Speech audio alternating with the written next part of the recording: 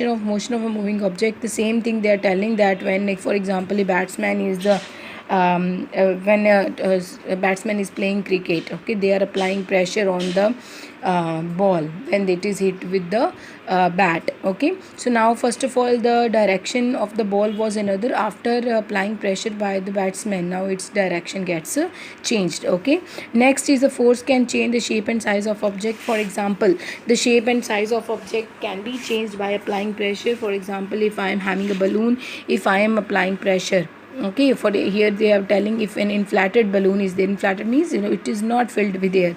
Okay, when I will inflated balloon, sorry, that the balloon which is filled with air, that is inflated balloon. If I am pressing it, then its shape and size will change. Same is in the case when I am applying pressure on the spring, okay, or on the toothpaste or on a sponge, it changes its shape and size. A force can stop a moving object. For example, if ball is coming with a great speed, okay, say basketball is coming with a great speed. When a player catches that basketball, what it does, it stops moving. Okay, so that is an example of this. Okay, so a fielder catches a cricket ball, that also is an example. A moving cycle is brought to rest when we are applying the force. Okay, that is brakes.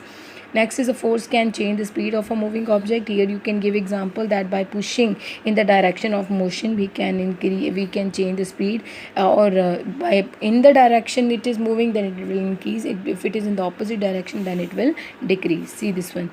Okay, if force is applied this in this side, object is also moving this side. If force is applied in the opposite direction, then speed will be decreased. Okay, so these are some of the question related to this which you have to find.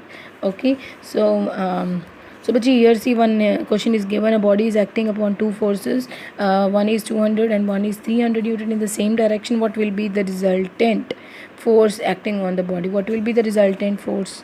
You have to find it by seeing this. Okay, from the back side examples are given, so you have to find.